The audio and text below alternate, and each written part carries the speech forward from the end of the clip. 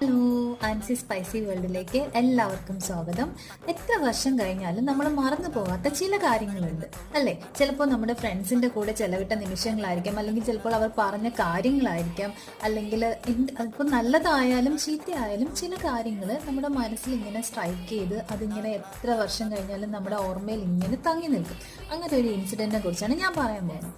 അപ്പം ഞാൻ ആരാണെന്നൊന്നും പറയുന്നില്ല, എൻ്റെ ഒരു കൊളീഗ് അങ്ങനെ വിചാരിച്ചാൽ മതി. അതായത് ഒരു ദിവസം ഒരു സാധനം കഴിക്കാനായിട്ട് കൊണ്ടുവന്നു. പുള്ളിക്കാരത്തി നാട്ടിൽ നിന്ന് വന്നപ്പോൾ അമ്മ കൊടുത്തു വിട്ടതാന്ന് പറഞ്ഞിട്ടാണ് കൊണ്ടുവന്നത്.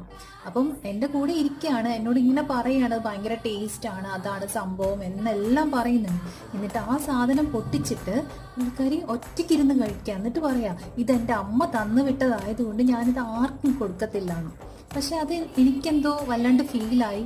അത് ശരിയാണോ തെറ്റാണോ എന്നൊന്നും അറിയത്തില്ല. ആള് ഷെയർ ചെയ്യാത്തത് തെറ്റാണോ ശരിയാണോ നിങ്ങൾ തന്നെ പറയൂ.